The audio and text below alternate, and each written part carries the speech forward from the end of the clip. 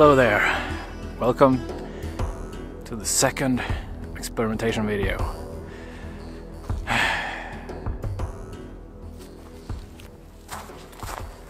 Not every form of experimentation is about the camera itself.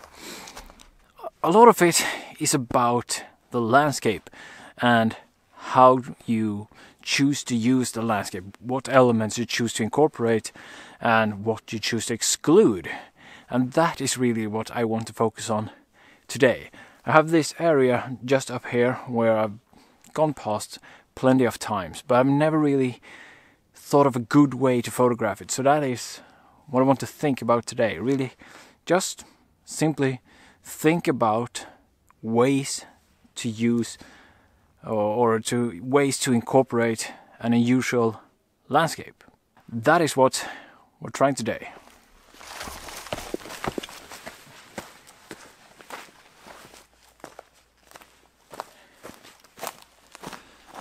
And well, here we are. We're down in this area where we have these smaller fir trees, and the challenge here is really, it's kind of a unique, it's a special area. This type of nature exists in these pockets out in forests in Sweden. It's not very common, but it's not super unusual either. But the unique and really pretty part about them are that the trees, they don't grow to be that big.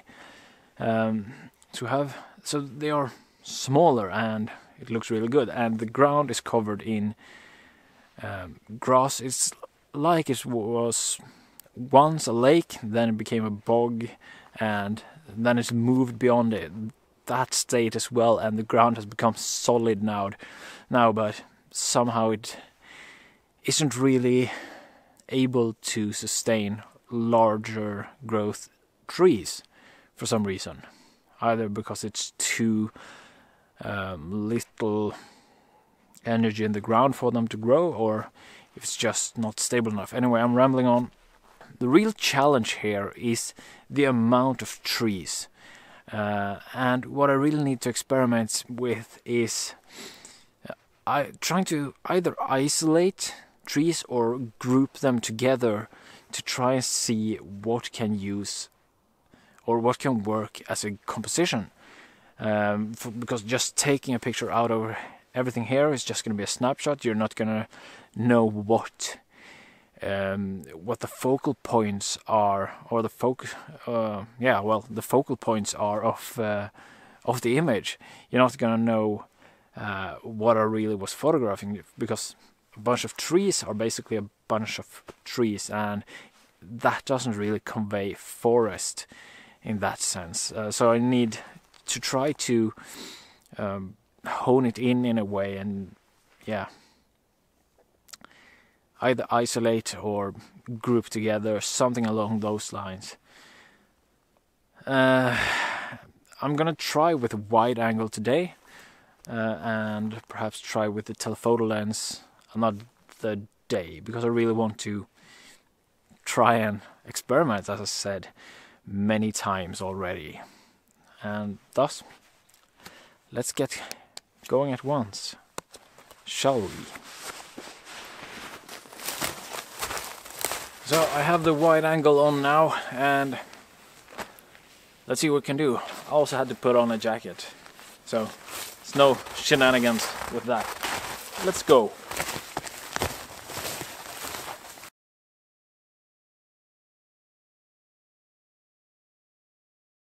So what I was thinking about here is, you can see this little group of trees standing in the foreground here.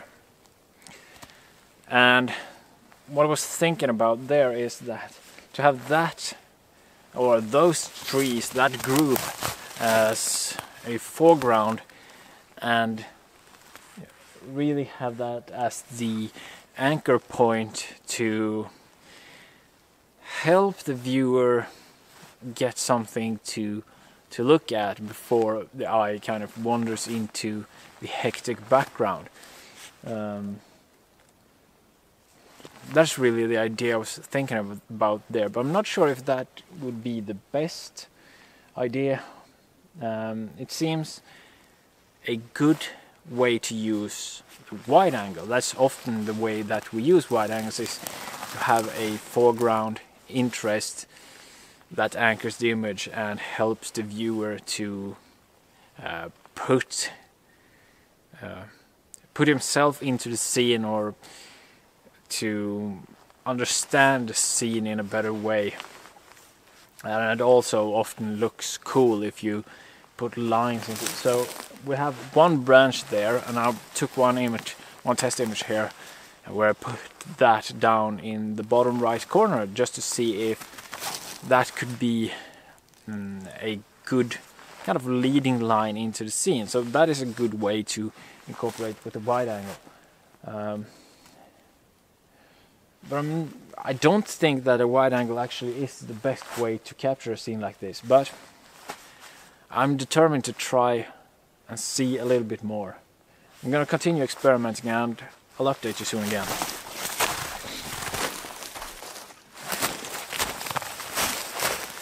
Well, I did find a composition over here that kind of perfectly illustrates what I was talking about right over here.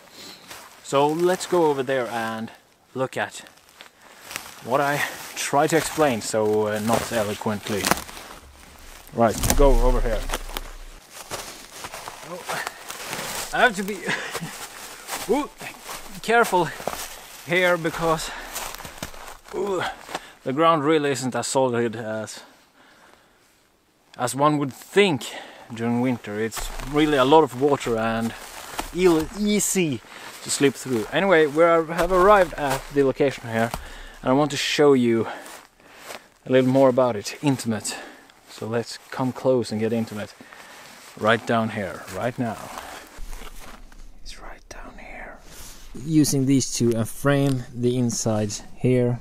Maybe it was up here somewhere. You can see the trees here are starting to form a line.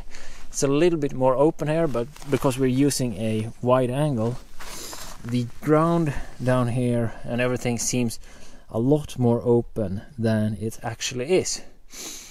I mean, how far can it look from here over to that tree? On the camera here it looks like perhaps 3 to 4 meters, while in reality it's perhaps 2 meters. So it helps to exaggerate distances from close to far. That's one of the advantages of a wide angle, and that is really what this scene is kind of gonna be all about. I have to hurry a little bit with capturing it because the sun is setting right now. I'm always super late, but today it was for a good cause.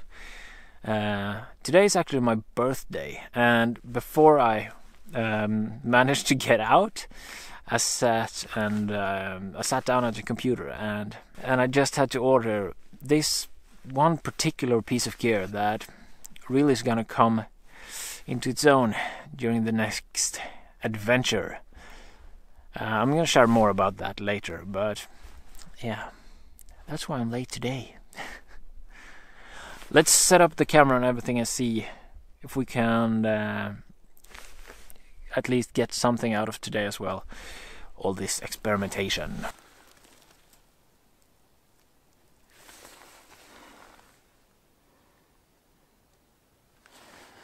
Oh, well, I think I've found a composition that works now. It's gonna require quite a bit of work in post-processing, but at least it's something.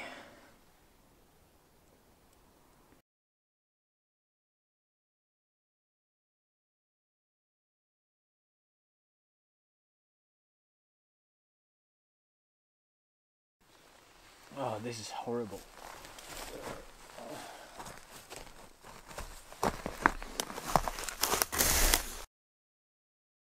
About telephoto lenses in a scene like this, instead of exaggerating distances as such, you can exclude more